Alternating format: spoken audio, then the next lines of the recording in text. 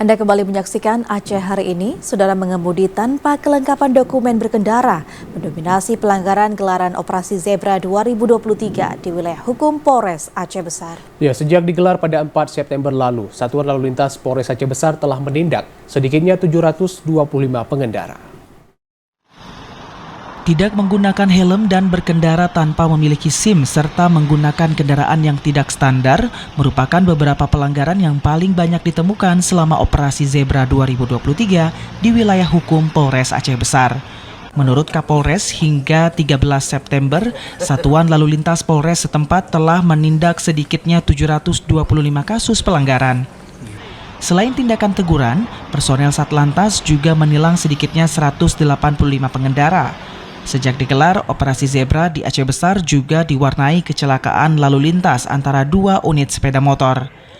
Peristiwa ini mengakibatkan satu pengendara meninggal dunia akibat mengalami luka serius. Untuk itu, masyarakat diimbau untuk tetap tertib berlalu lintas dan melengkapi dokumen kendaraan demi terciptanya keamanan dan keselamatan serta kelancaran lalu lintas di wilayah Aceh Besar.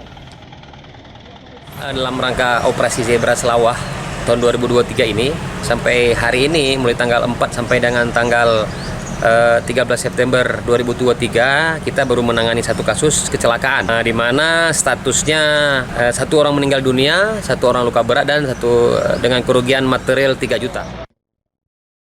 Seperti diberitakan, Operasi Zebra 2023 dilaksanakan serentak sejak 4 September lalu dan berlangsung selama 2 pekan. Kegiatan ini menyasar 7 pelanggaran yang dilakukan pengendara saat berkendara. Selain pengendara yang melawan arus, razia juga menyasar pengendara yang berkendara di bawah pengaruh alkohol. Selain itu, operasi juga menyasar pengendara yang menggunakan ponsel, tidak menggunakan helm, mengemudi kendaraan tanpa mengenakan sabuk pengaman, serta pengendara yang memacu kendaraannya melebihi batas kecepatan, serta pengendara di bawah umur yang tidak memiliki SIM.